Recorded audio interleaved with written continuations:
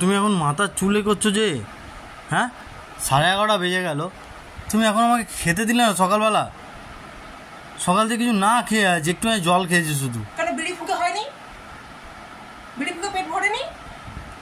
কি সব বাজে কথা বলো। কাজ করো, ছাদে গিয়ে দাঁড়িয়ে থাকো, লোকের বাড়ির বউ কোনো জামা কাপড় শুকাতে দিচ্ছে না, তাকে দেখবে যাও।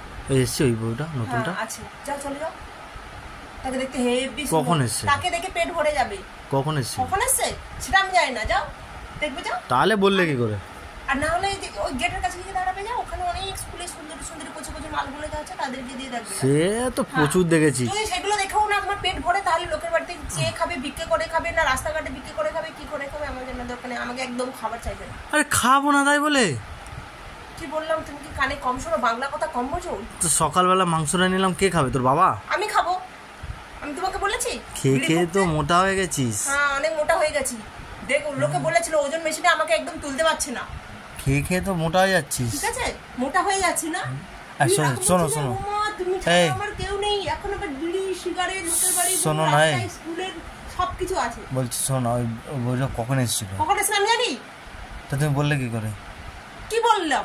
সবচেয়ে বড় কথা, দাঁড়াও, ইন্টারেস্ট না? আমার একটা কথা বোঝাও, কদিন তো হলো বিয়ে হয়েছে, ওকে কি মানে বিয়েতে কেউ কিছু নতুন প্যান্টি ফ্যান্টি দেয়নি?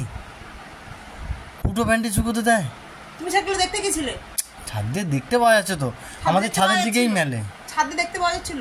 আমাদের ছাদে বসে বসে দেখছিলে? দেখো বোঝাও, কটা মাছের মশা পিঁপড়ে বসছিল, সেগুলো দেখছিলে গুনে গুনে?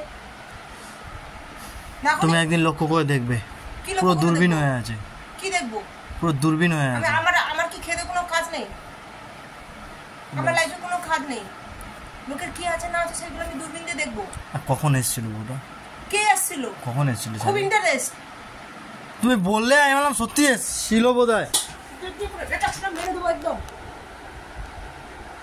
তুমি বললে বলে তো আমি ভাবলাম সত্যি হতে এসছি। হ্যাঁ, আর শোনো, ওই যে রাস্তার ধারে বলছো না যে কচি কচি মেয়েদের স্কুলে, ওরকম প্রচুর করেছি। আগে নিজেদের স্কুলে না থাকলেও অন্য স্কুলে গিয়ে সামনে দাঁড়িয়ে থাকতাম। হ্যাঁ, আর সবচেয়ে বড় কথা শোনো, দাঁড়িয়ে থাকার কিছু নেই। এইখানে আমাদের এই পঞ্চমতলা, এখন তো কি জানি স্কুলে ফুলে যায় না নাকি, সব পঞ্চমতলায় প্রচুর, ওদিকে মেকল, বঙ্গশিশু, হ্যান ত্যান সব স্কুলে মেয়েরা যেত।